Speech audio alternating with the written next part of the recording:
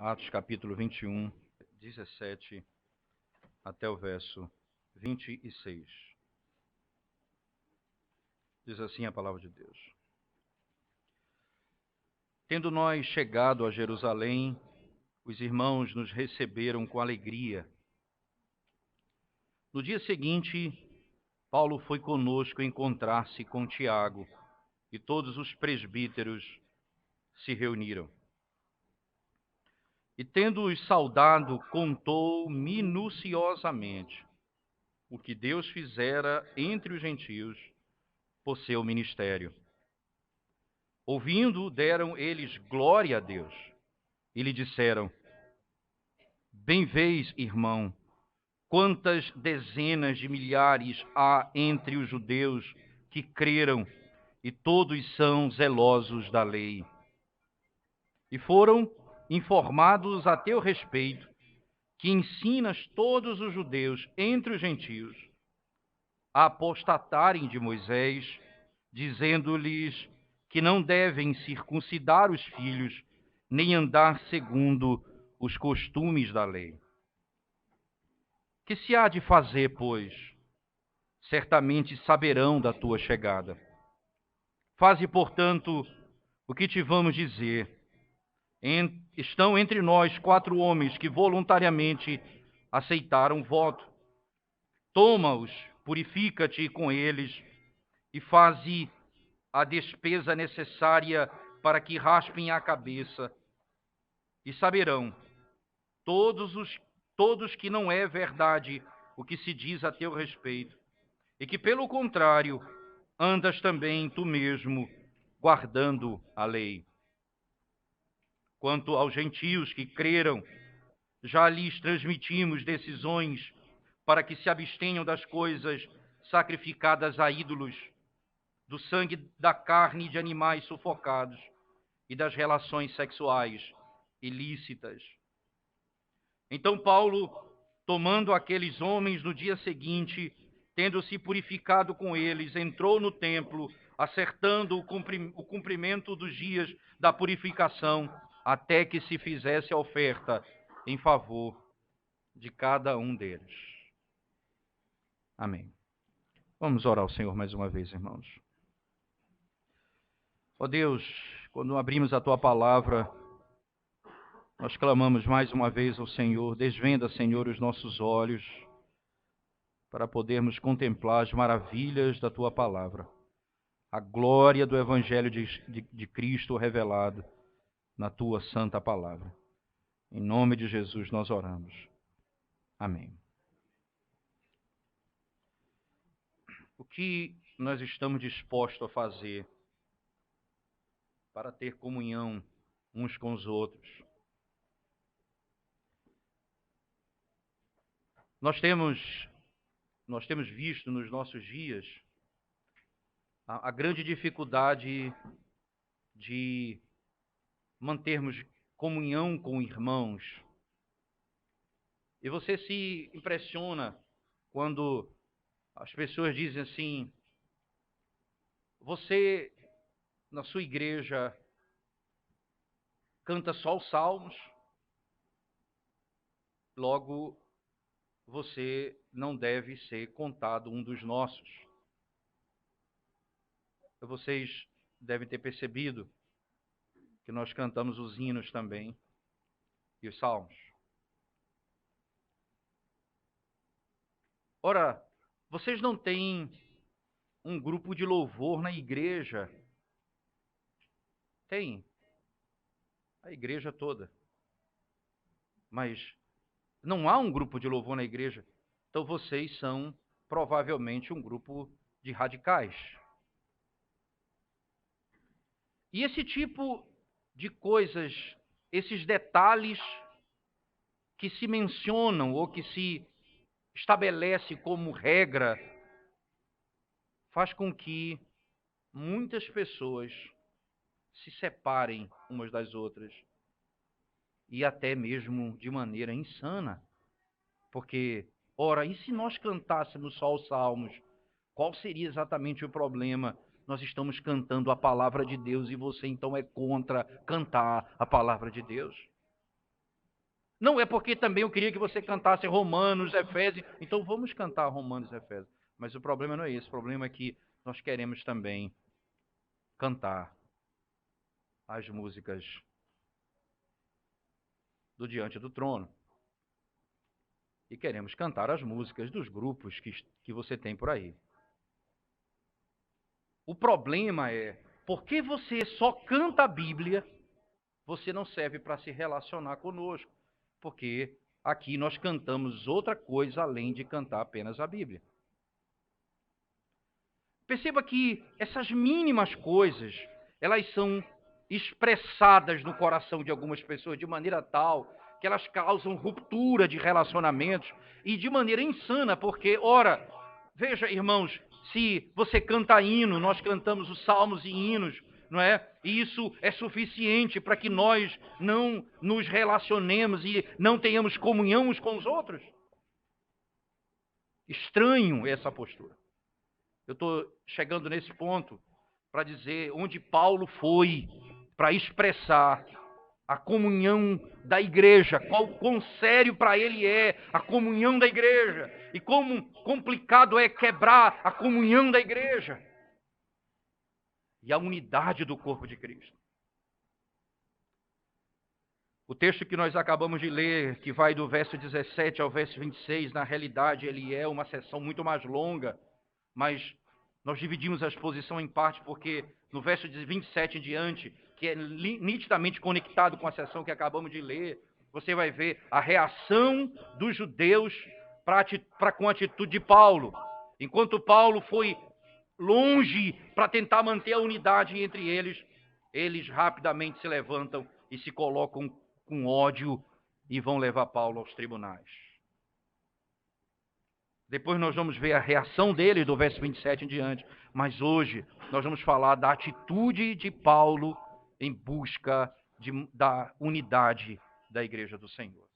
O que ele não fez e o que ele fez por essa unidade. O que não está dito aqui, que muitos vão querer dizer, e o que está dito, que de fato ele quis dizer, para manter a unidade da igreja. Acompanhe comigo, por favor. Ora, nós sabemos que Paulo tinha já entendido que o lugar, ele tinha que chegar em Jerusalém, capítulo 20, por favor, verso 21 ele diz, não é? Capítulo 20 de Atos, verso 22 ele diz, e agora, constrangido em meu espírito, além, não sabendo o que ali me acontecerá. Era claro para o apóstolo Paulo que ele estava indo para Jerusalém e ele sabia, não aconteceria ali, mas ele sabia que o que o aguardava. Verso 23 ele diz, senão que o Espírito Santo, de cidade em cidade, me assegura que me esperam cadeias e tribulações. Veja, ele sabia o que ia acontecer com ele, mas não apenas isso. No mesmo capítulo 21 de Atos, por favor, no verso 11 em diante, verso 10 em diante do capítulo 21, diz assim, demorando-nos ali alguns dias, desceu da Judéia um profeta chamado Ágabo, e vindo ter conosco, tomando o cinto de Paulo, ligando com ele os próprios pés e mãos, declarou, isto diz o Espírito Santo, assim os judeus em Jerusalém farão ao dono deste cinto, e o entregarão nas mãos dos gentios. Quando ouvimos estas palavras, tanto nós como os daquele lugar, rogamos a Paulo que não subisse a Jerusalém. Então ele respondeu, que fazeis chorando e quebrantando-me o coração? Pois estou pronto, não só para ser preso, mas até para morrer em Jerusalém, pelo nome do nosso Senhor Jesus. Ora, era claro que Paulo sabia o caminho para onde ele estava indo e o que o aguardava, tanto por aquilo que Deus já havia dito, Cristo já havia dito a ele no seu chamado em Atos 9, como pela revelação do profeta diretamente a ele, o que aconteceria com ele em Jerusalém. Ora, irmãos, ele poderia ter ouvido o conselho daquelas pessoas dizendo, eu não vou para lá. Então, a primeira coisa importante para se dizer, tudo que Paulo vai fazer aqui não é com base em covardia, entende? Não tem a intenção. O que Paulo vai fazer aqui não tem esse espírito, dizer, olha, eu estou com medo de morrer, eu estou com medo de ser preso. Ele poderia ter feito isso antes, quando anunciaram a ele que o Espírito do Senhor estava dizendo a ele que ele iria ser preso e ia ser açoitado e entregue aos romanos. Nós não estamos falando aqui que o que vai acontecer nessa sessão que acabamos de ler do texto, do verso 17 ao 26. Paulo está com medo, então ele recua e começa a praticar aquilo que ele condena. Não é esse o espírito do apóstolo Paulo. Não é esse o espírito do apóstolo Paulo. O espírito do apóstolo Paulo é o mesmo espírito de Cristo, que quando disse que ia para Jerusalém e lá seria espancado, morreria e seria sepultado e ao terceiro dia ia ressuscitar, Pedro disse, tem piedade de ti mesmo. Jesus disse, arreda-te, Satanás, porque não cogita das coisas de Deus, mas das coisas dos homens. O mesmo Espírito. Eu sei o que me aguarda em Jerusalém. Então ele chega em Jerusalém. Ele está certo o que vai acontecer com ele. Veja o verso 17, por favor. Ele diz, tendo nós chegado a Jerusalém, os irmãos nos receberam com alegria. Veja a expressão, a preciosidade dessa informação. Rápida, mas tão preciosa. Os irmãos nos receberam com alegria. Ora, essa é a grande maravilha, não é? Por onde você vai e você encontra o povo de Deus, é como se você estivesse na sua casa. Em outras palavras, os irmãos ali nos recebem. Eu já tive a oportunidade de ir a alguns lugares nesse Brasil. Apesar das diferenças litúrgicas, eu tenho minhas dificuldades. Eu posso dizer aos irmãos da minha alegria em poder estar com os meus irmãos cultuando a Deus naquele lugar. Esse é o espírito de todo crente. Nós temos prazer de estar com os nossos irmãos. Alguma coisa está errada quando aqueles por quem Cristo morreu não se consideram irmãos. Nós somos irmãos, certamente, porque os que creem em Cristo receberam o poder de serem feitos filhos de Deus. E se nós somos filhos de Deus, sim, nós somos irmãos. E os irmãos, então, nos receberam, e receberam com alegria. E diz o texto sagrado, no dia seguinte, Paulo foi conosco encontrar-se com Tiago. Interessante, Tiago aqui é o meio-irmão de Jesus, a história você conhece muito bem. Não é? Ele já foi citado lá em Atos 15, no Concílio de Jerusalém. Ele tem um papel importante na igreja de Jerusalém. E ele então aqui é como o cabeça dessa igreja. Ele é o responsável, ele é o grande nome dessa igreja, podemos dizer assim, em Jerusalém.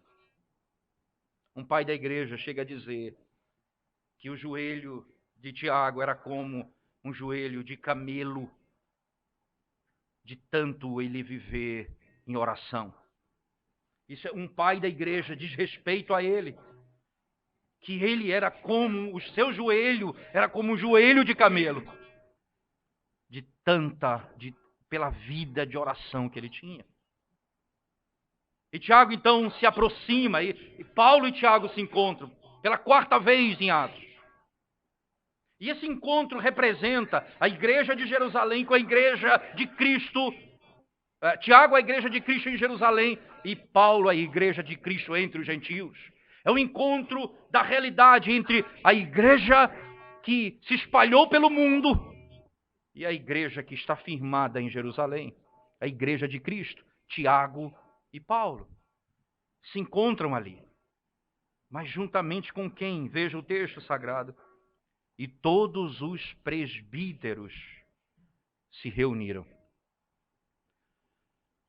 Mais uma vez, o reforço do papel do presbítero na igreja neotestamentária. A importância do presbiterato na igreja neotestamentária.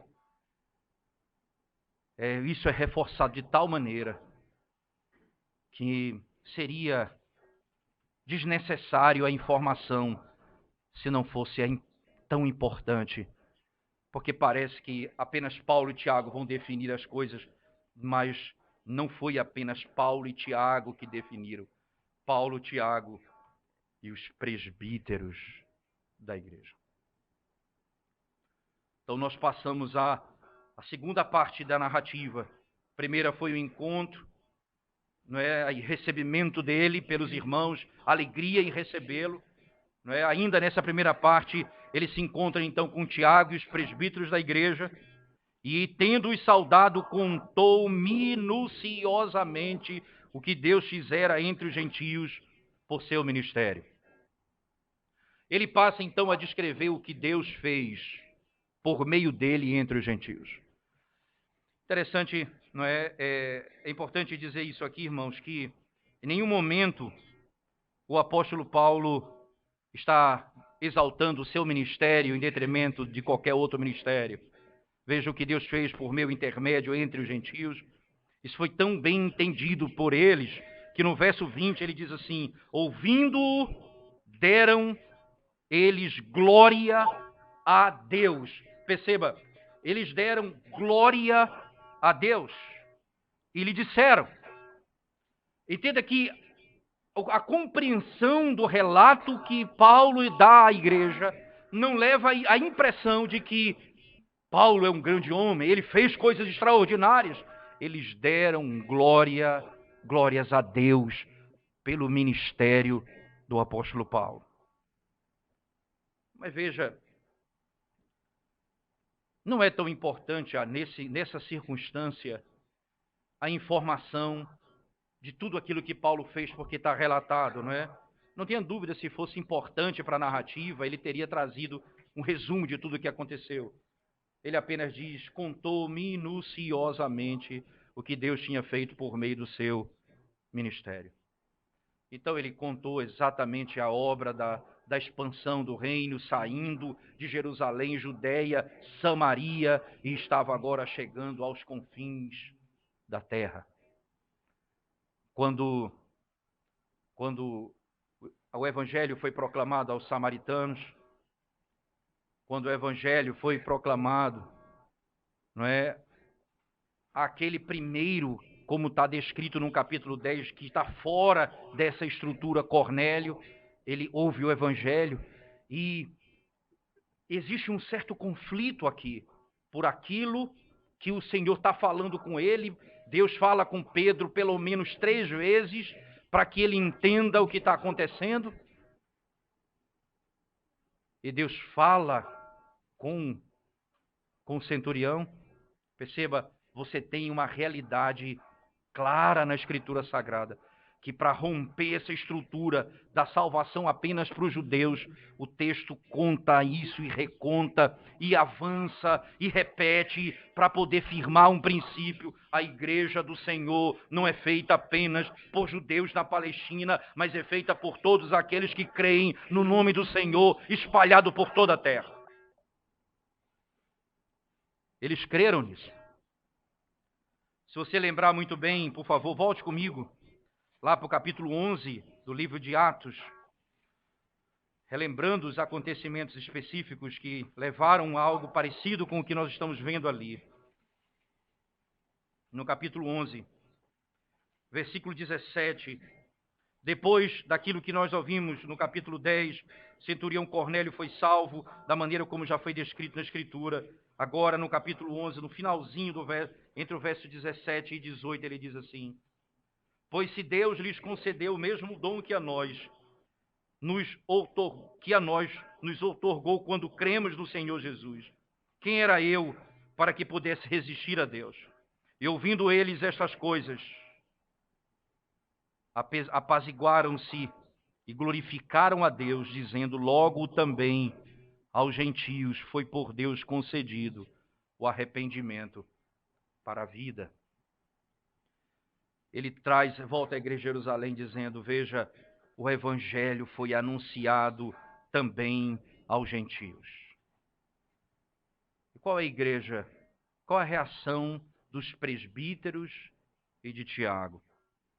Eles glorificaram, deram glória a Deus e disseram: bem vês, irmão, quantas dezenas de milhares há entre os judeus que creram, e todos são zelosos da lei. Esses creram. Eles creram no Evangelho, entre esses, muitos creram no Evangelho que são judeus. Mas todos são zelosos da lei.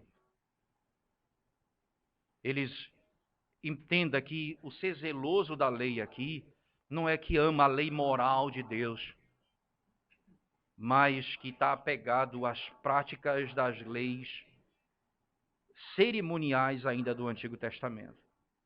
Isso é tão importante na narrativa que no verso 25 ele vai fazer menção daquilo que aconteceu em Atos 15. Por favor, veja o verso 25. Quanto aos gentios que creram, já lhe transmitimos decisões para que se abstenham das coisas sacrificadas a ídolos, do sangue da carne de animais sufocados e das relações sexuais ilícitas. Ora, Paulo pegou essa informação e levou às igrejas, dizendo: quando estiverem reunidos judeus e gentios, preste atenção nessas regras aqui, para que não haja escândalo entre eles. Mas, por outro lado, o apóstolo Paulo vai chegar a dizer lá na igreja, os romanos, por exemplo, que ídolo não é nada se você comer a carne sacrificada, porque ídolo não é nada e você der graças ao Senhor, não vai ter efeito algum. Ora, Paulo está dando volta na sua própria lei. Não, a lei foi determinada pelo concílio para uma relação entre judeus e gentios, quando eles estivessem juntos. Isso não era lei para a igreja seguir, no sentido de dizer: ó, toda vez que a igreja do Senhor, por todo o tempo, tem que se deter nesses princípios aqui. Não. É lei de convivência entre judeus e gentios. E o apóstolo Paulo, mais uma vez, então, ele retoma esse conceito para poder expor aos gentios. Nós informamos, quando reunidos com os judeus, essas coisas devem ser observadas. Mas agora nós estamos apenas com os judeus e eles querem seguir os parâmetros cerimoniais da lei. E agora? Eles creram no Senhor. A decisão que vai ser dada agora, vai levar muito conflito e muita dificuldade de interpretação. O que Paulo vai fazer a partir daqui?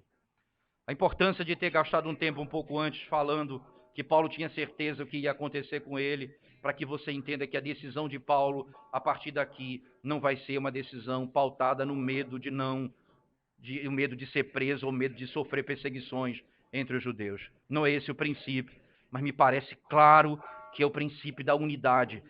O mesmo espírito do verso 25, que diz que eles estabeleceram essas leis de convivência entre eles, agora ele está também se submetendo a alguns princípios para ter boa convivência entre eles e poder pregar o evangelho no meio deles.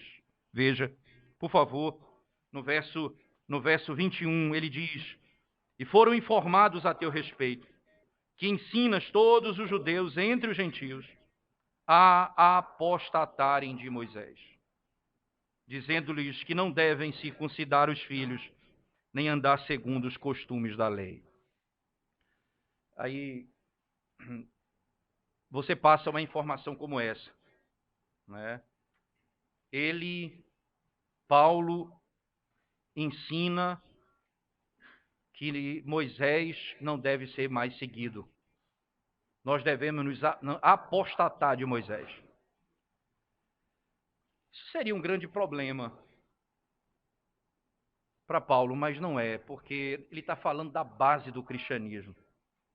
Moisés não é um problema para o cristianismo.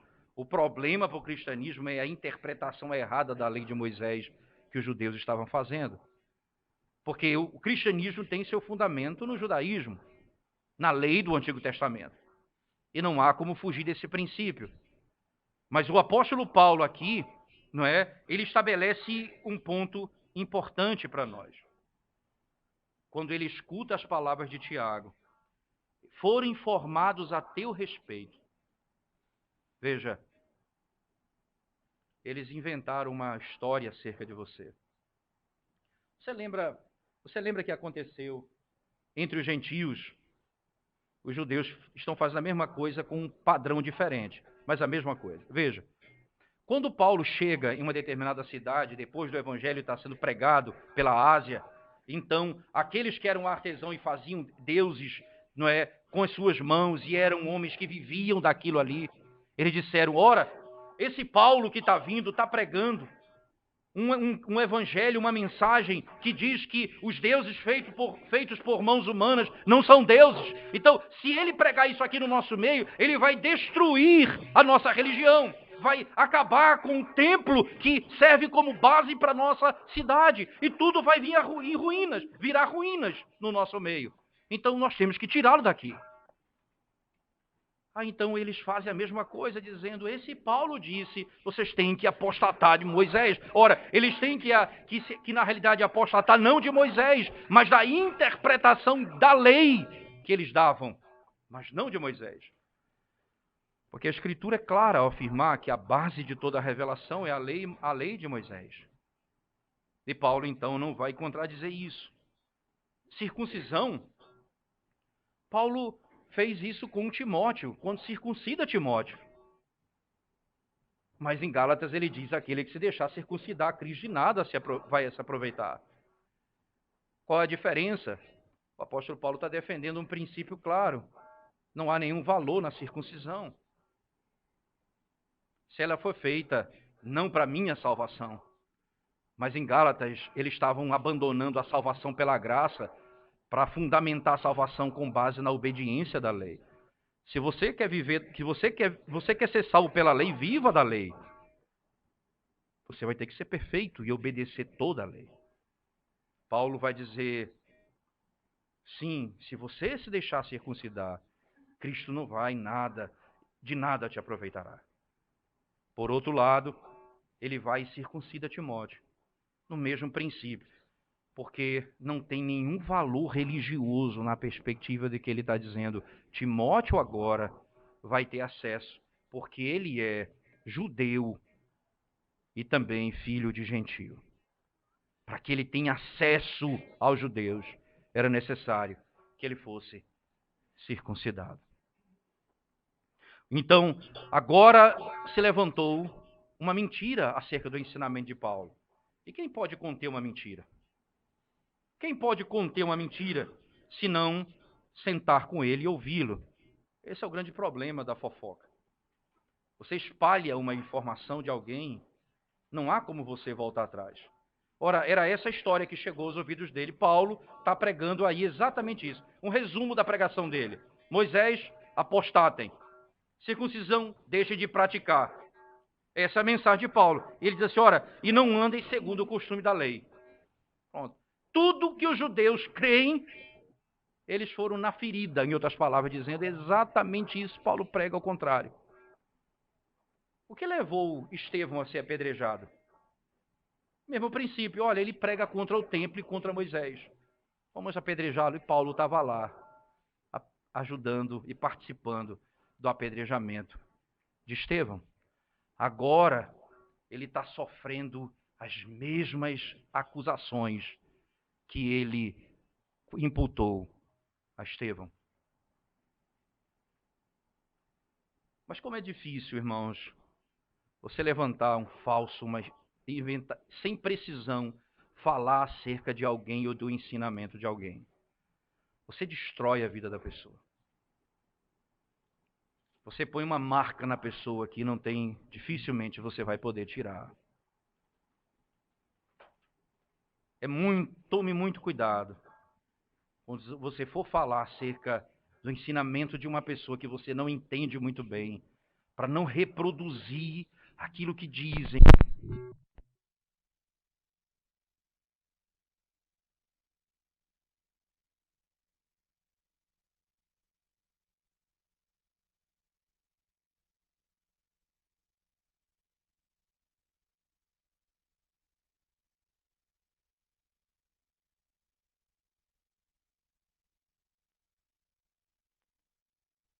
Moisés, mas condena as práticas dos judeus que interpretavam a lei de Moisés de maneira errada.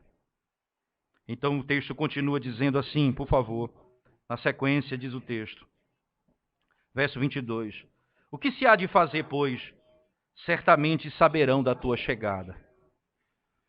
Esses homens sabem que você está na cidade. O que é que nós vamos fazer? Segundo ponto importante da decisão de Paulo. Primeiro, está no contexto. Ele não vai tomar decisão com base em covardia, mas ele sabe do que vai acontecer com ele. Ele sabe que ele está indo para lá para sofrer e morrer. Mas ele também, ele sabe de outra coisa importante também. Que a decisão que ele está tomando não é particular. Os presbíteros e Tiago estão com ele. Não é uma decisão que visa uma prática pecaminosa na igreja. Ou ser uma prática híbrida de teologia.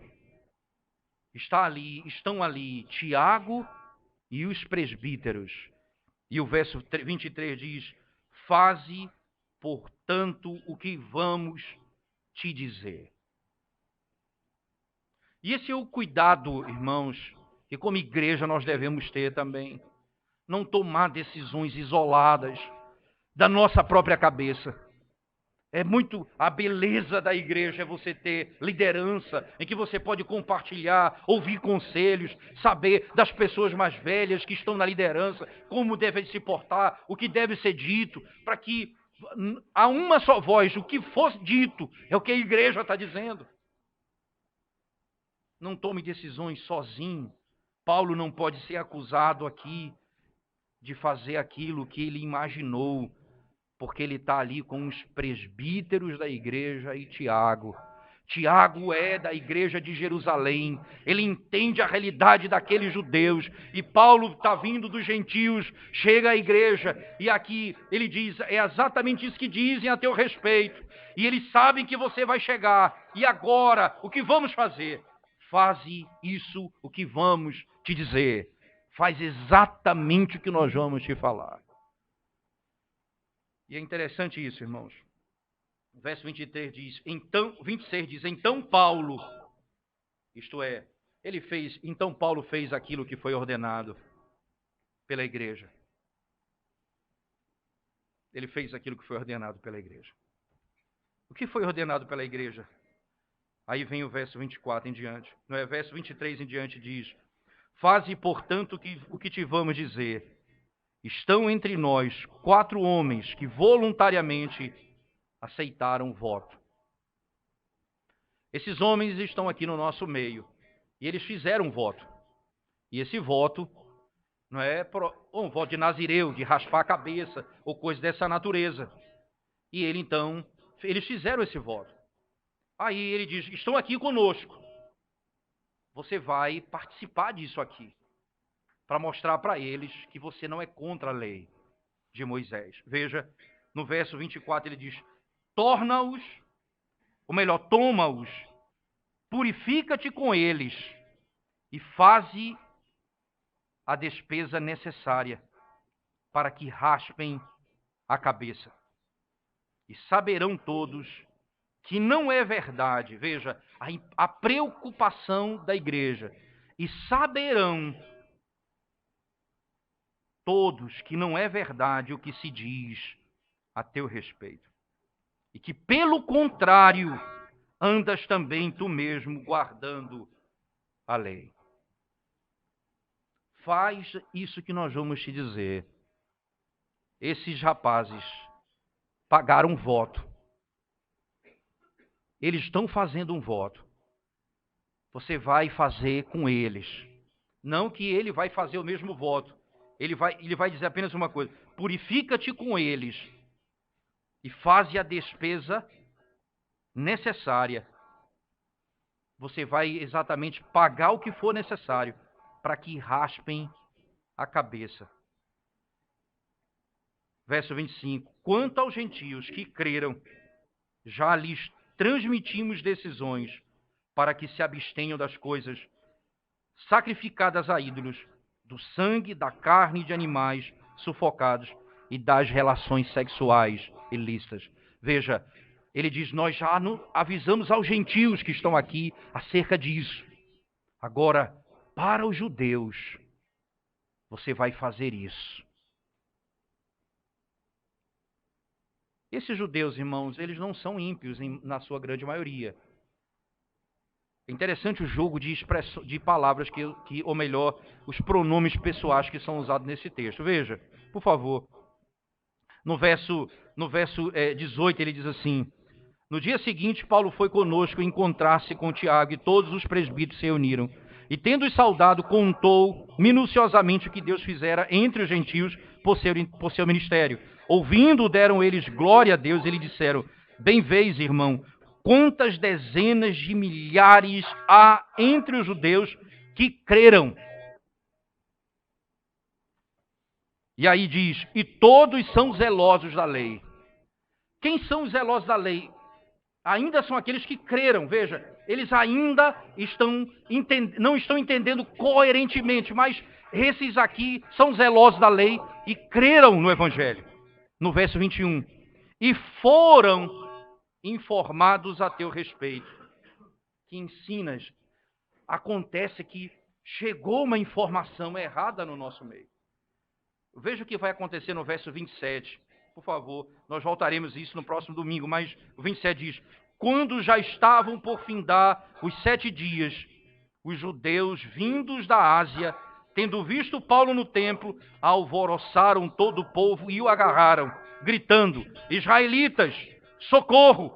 Este é o homem que por toda parte ensina todos a serem contra o povo, contra a lei e contra este lugar. Ainda mais, introduziu até gregos no templo e profanou este recinto sagrado. Essa história chegou aos ouvidos daqueles judeus que tinham crido, dizendo, esse Paulo que está vindo aí não tem pregado um verdadeiro evangelho. Ele é contra a lei de Moisés. Eles vão dizer, você vai se purificar com eles para dizer a eles que você não é contra a lei. Algumas vezes, irmãos, nós temos entender esse princípio na nossa vida. Não há negócio quando se trata da essência do evangelho que possa ser feito. Quando Paulo disse que ele se fez escravo para com os escravos, ele fez-se fraco, sem lei para os sem lei, com o objetivo de ganhar todos. O apóstolo Paulo não disse, eu mudei o evangelho para salvar as pessoas. Ele diz, eu sofri, eu passei por essas coisas, eu fui humilhado, eu me tornei isso para poder alcançar esses para Cristo. Ele não diz, eu transformei o evangelho para alcançar as pessoas. Ele não diz, olha, eu não preguei que Cristo já não era a nossa redenção, eu preguei o evangelho por obras. Ele não está dizendo aqui, ora, eu estou apenas afirmando que eu me importo com a lei. Que eu me preocupo com a lei. Mas ele não está dizendo que agora eu estou anunciando o evangelho que diz que a base da salvação é a prática da lei, porque a salvação é pela graça. Essa é exatamente a verdade que eles vão proclamar. Esse é o princípio que vai ser proclamado em toda a Escritura Sagrada.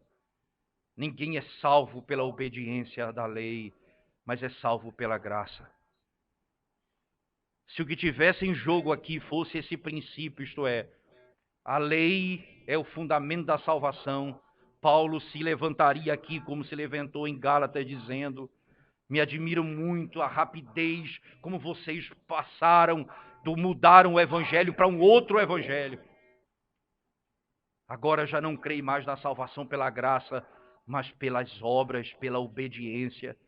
Isso seria aquilo que Paulo falaria se fosse esse o ponto em questão. Apenas ele está, como os judeus, dizendo: os judeus, de onde procede a história do cristianismo, de onde vem a verdade do evangelho, essas práticas estão intimamente ligadas com a fé. E ele vai fazer aquilo para poder mostrar aos judeus que ele se importa com a lei. Mas por que Paulo não adorou os deuses falsos para salvar os que adoram deuses falsos? Porque isso seria um outro evangelho. Por que ele não disse que pela prática da lei que eles estavam afirmando, eles seriam redimidos? Porque se ele dissesse isso, ele estaria pregando um outro evangelho. O que Paulo está lutando aqui é pelo mesmo espírito que Tiago e os presbíteros estão dizendo à igreja. Aos gentios nós já anunciamos aquilo que foi decidido em Atos 15. Agora aos judeus, você precisa fazer isso para poder ter comunhão com eles. Para poder ter comunhão com eles.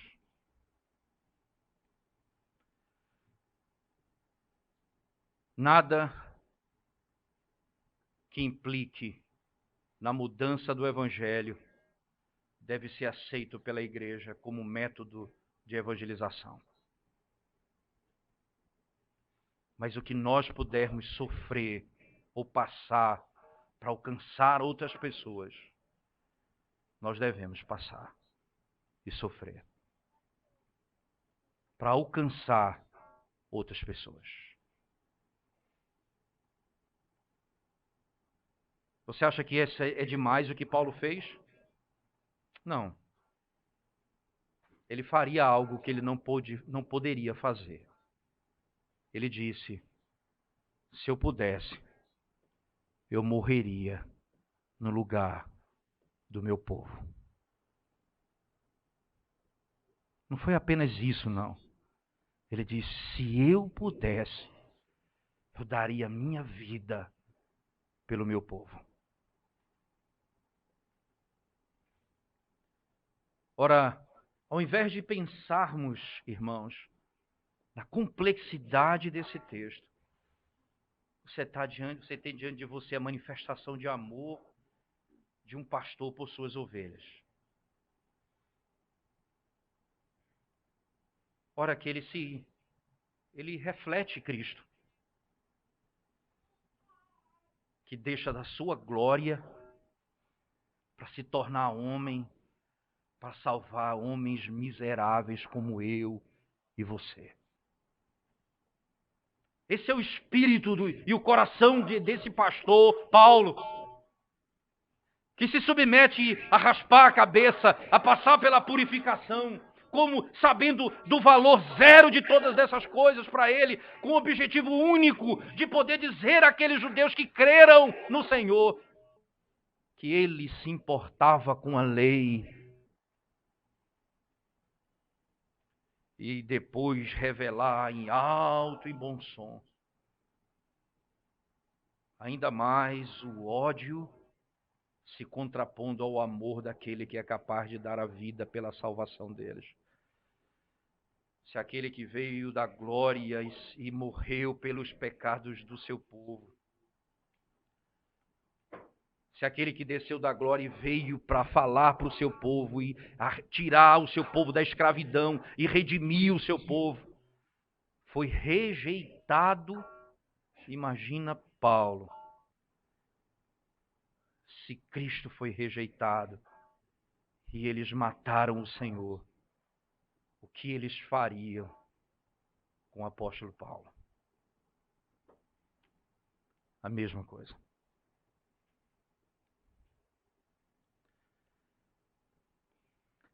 Aqui vai um princípio importante, né, principalmente para a liderança da igreja. Não existe nenhuma possibilidade de alguém amar ou pastorear um rebanho sem que ele ame esse rebanho, sem que ele sofra com o rebanho.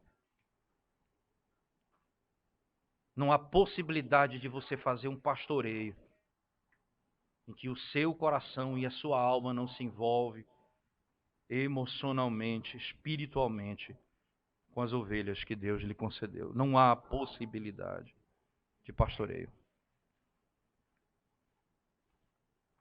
Deus amou o mundo e enviou o seu Filho para morrer pelos nossos pecados. Mas, por outro lado,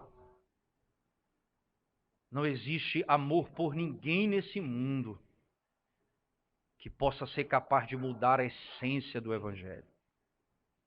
O Evangelho da salvação pela graça. Você pode sofrer as consequências, mas você não pode fazer o Evangelho sofrer as consequências. Você não vai maquiar o Evangelho. Você não vai tornar o Evangelho amistoso ou amigável para trazer as pessoas para Cristo, porque não há possibilidade de salvação sem verdade.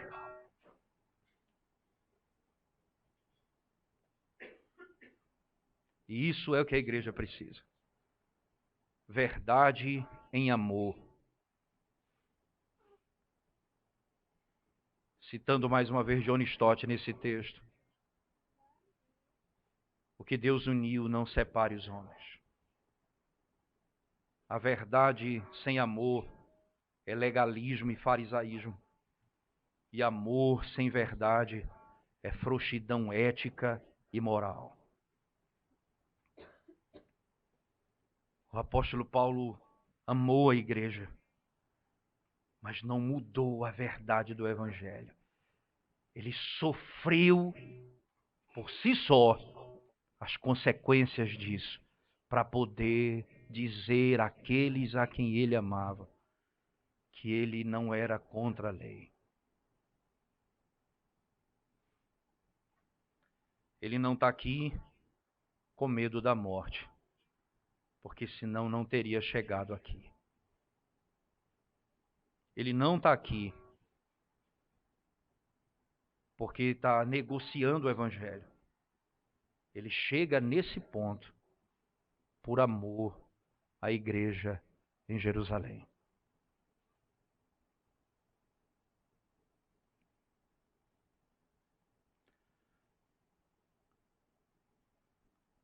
Nós deveríamos usar esse padrão. O que nós fazemos por amor precisa ser feito ao mesmo tempo pela verdade do Evangelho. E o que é feito pela verdade do Evangelho precisa ser feito em amor. Mesmo que o resultado seja o que vai acontecer na sequência do texto. Ele vai ser preso. Porque não se faz por resultado. Se faz por amor. A verdade.